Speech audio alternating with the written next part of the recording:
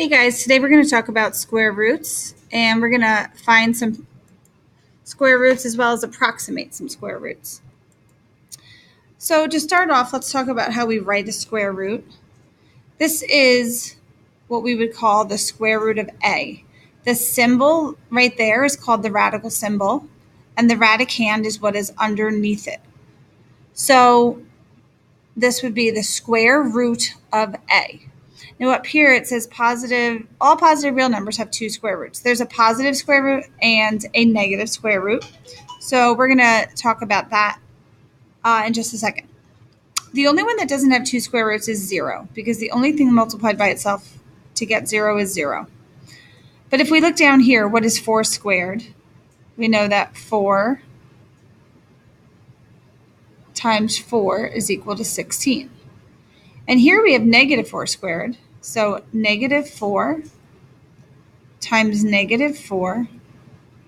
We learned here same signs have a positive answer. So negative 4 times negative 4 is also 16. So if 4 times 4 equals 16 and negative 4 times negative 4 equals 16, then we would say that the square root of 16 is equal to 4. Or negative 4, or I really should say and. Here's a representation of a 4 by 4 square. The area is 16, so the square root would be one side. Therefore, 4 times 4 is 16, so the square root of 16 is 4. And as we said before, that negative 4 times negative 4 is also 16, so that is also a square root of 16.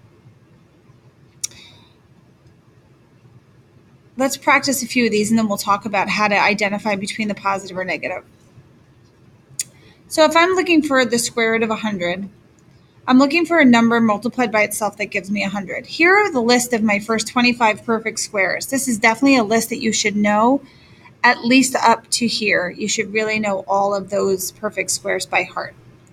The square root of 100, I come over here and I look and I see 100 right here, and that's 10 times 10. So the square root of 100 is 10. Same thing with 9. I look over here, I find 9. 3 times 3 is 9, so the square root of 9 is 3. And 64, I could find that over here, which is 8 times 8, so the square root of 64 is 8. Pause for a second and see if you can do these three, and then come back and we'll see how you did. All right, so the square root of 25 would be 5, because 5 times 5 is 25. The square root of 36 is 6, and the square root of 144 is 12. Now, the ones that we just did, we only gave the positive. So we're going to look at how this book denotes which one they want. If I have a positive negative square root of 36, that means they're looking for both the positive and the negative. So I know that 6 times 6 equals 36. And negative 6 times negative 6 equals 36. So my answer is positive and negative 6. Whereas here it just says the square root of 49, so they're looking for the positive. And here we have the negative square root of 4. So the square root of 4 is 2 times 2, but because of that negative sign, they're looking for the negative square root, so that's our answer. Pause again, try these 4, and then come back and see if you got the right answers. So the negative square root of 9 is 3 times 3. I want the negative version, so the answer will be negative 3. Here, I know 5 times 5 is 25. There's no sign out front, so we're looking for the positive, so the square root of 25 is 5.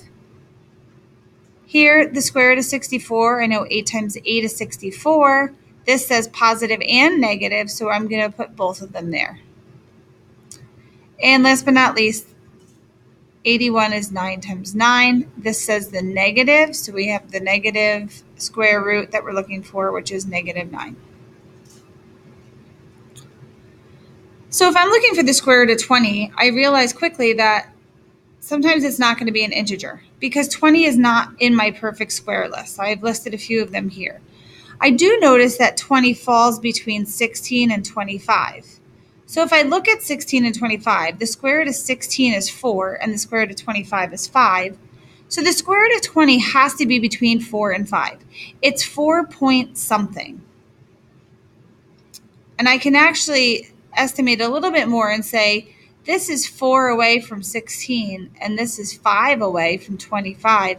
So it's going to be closer to 4 than it is to 5, but it's definitely 4 point something. When we have a calculator, we can get even a better estimate with some decimal places. But right now, we're just estimating between integers. Let's do a few more. So I have 15. I'm going to look here and see, where does 15 fall between? It falls between 9 and 16. So the square root of 9 is 3, and the square root of 16, is 4. So the square root of 15 is between 3 and 4. 3 point something. Now, if I look for the square root of 50, that's between 49 and 64. So the square root of 49 is 7. The square root of 64 is 8. So the square root of 50 is between 7 and 8. It's actually very close to 49, so it's going to be very close to 7. And 75, that lies between 64 and 81. The square root of 64 is 8, and the square root of 81 is 9. So the square root of 75 is between 8 and 9. All right, you do these three. Find the number it falls between, find the square root of each, and then determine which two integers it falls between. So pause right here and then come back and we'll do them together. All right, the first one was 45. It's between 36 and 49. So the square root of 36 is 6. The square root of 49 is 7. So it's between 6 and 7.